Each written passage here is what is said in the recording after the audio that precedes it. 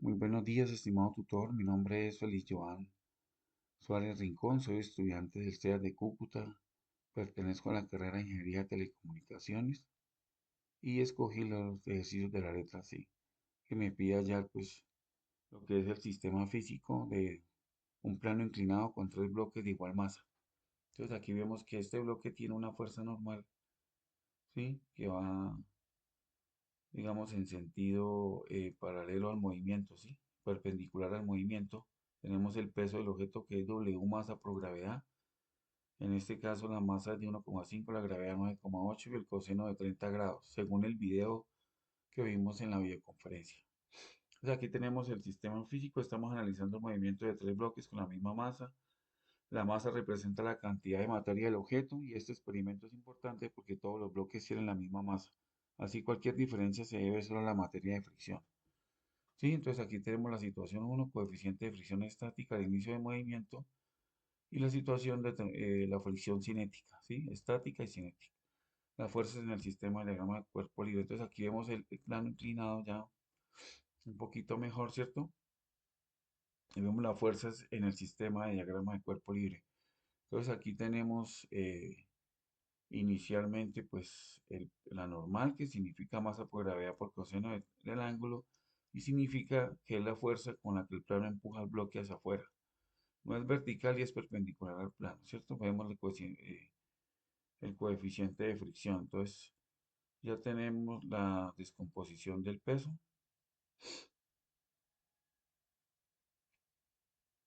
y vemos que acá el bloque está a punto de moverse, está en equilibrio, ¿sí?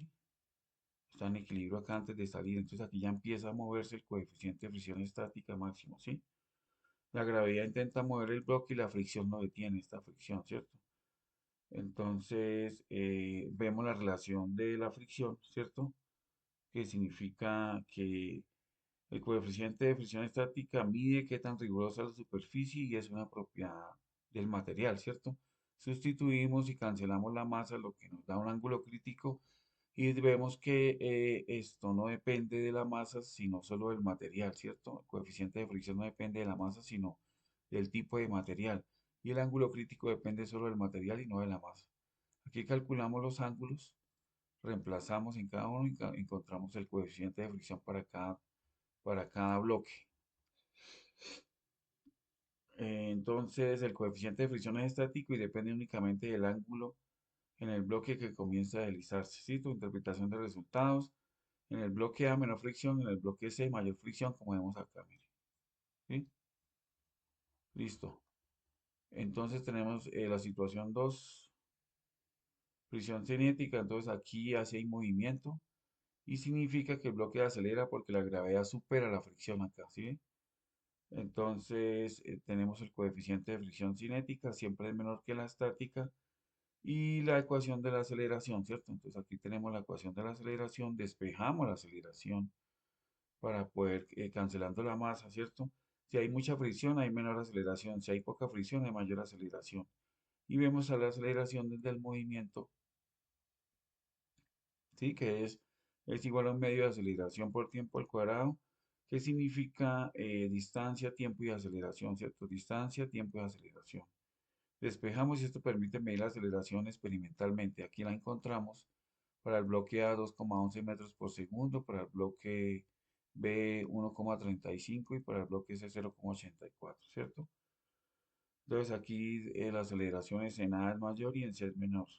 Más fricción, menos aceleración, ¿sí? Entonces aquí ya lo encontramos y encontramos el coeficiente cinético. Entonces aquí lo encontramos para el bloque A, para el bloque C, para el bloque B y para el bloque C. Aquí encontramos los resultados finales. Tenemos el coeficiente de fricción estático, el coeficiente de fricción cinético y las aceleraciones. Entonces aquí se verifica que, ¿por qué? Esta explicación es importante porque en reposo las superficies están pegadas microscópicamente al movimiento, ¿cierto? Y el resultado es más difícil iniciar el movimiento que mantenerlo. ¿Por qué es más difícil? Porque el coeficiente de fricción estático máximo es igual a la normal por el coeficiente de fricción cinético. Entonces, en movimiento, ¿qué va a pasar? Que las fuerzas se igualan y como el coeficiente de fricción está Entonces vemos que el coeficiente de fricción estático es mayor que el coeficiente de fricción cinético. Es decir, que se requiere mayor fuerza inicial para vencer el reposo y luego el movimiento se mantiene con menor resistencia. Tenemos una conclusión que el sistema demuestra que la segunda ley de Newton describe completamente el movimiento y también la fricción depende del material y no de la masa, que el coeficiente estático es mayor que el cinético y la aceleración disminuye al aumentar la fricción. Tenemos el caso uno, pues aquí ya idea final, entonces este experimento demuestra que el movimiento en un plano inclinado está completamente descrito por la segunda ley de Newton. Aquí bien volvemos pues ya que la pregunta que busquemos un caso en donde pueda mostrar esta situación. Vemos un caso de frenado de un automóvil con fricción estática. Sí, entonces en este análisis del movimiento, durante el proceso de frenado, el sistema está determinado por la interacción entre llantas y la superficie de la carretera, ¿sí?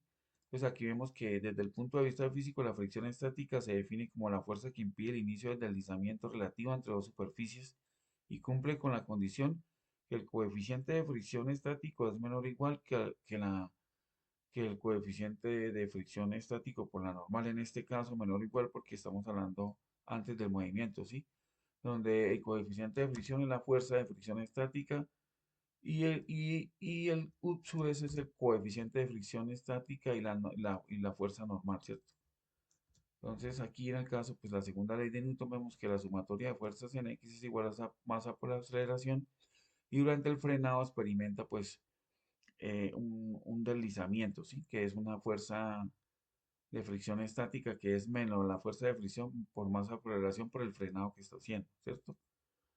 Entonces aquí sustituyendo la expresión máxima de fricción, se obtiene que el coeficiente de fricción por masa por gravedad es igual a masa por la aceleración, se cancelan las masas y vemos que la aceleración es igual a menos u sub s por gravedad. La interpretación del resultado, este resultado muestra que la aceleración del vehículo depende directamente del coeficiente de fricción estática y de la gravedad, pero no depende de la masa del automóvil. Aquí ya pues calculamos nuevamente y obtenemos que el sistema antibloqueo de freno se basa precisamente en este principio físico. ¿Sí? Y ya que regula la presión del frenado para evitar las ruedas. El caso de disminución de la fricción en el movimiento de objetos, vemos que aquí hay una superficie de rodadura que es menor al coeficiente de fricción estática, que esto produce una disminución de la fuerza requerida. ¿Sí? Entonces aquí vemos la interpretación de ingeniería. Este principio es ampliamente utilizado en sistemas de transporte de carretillas, vehículos y optimización energética.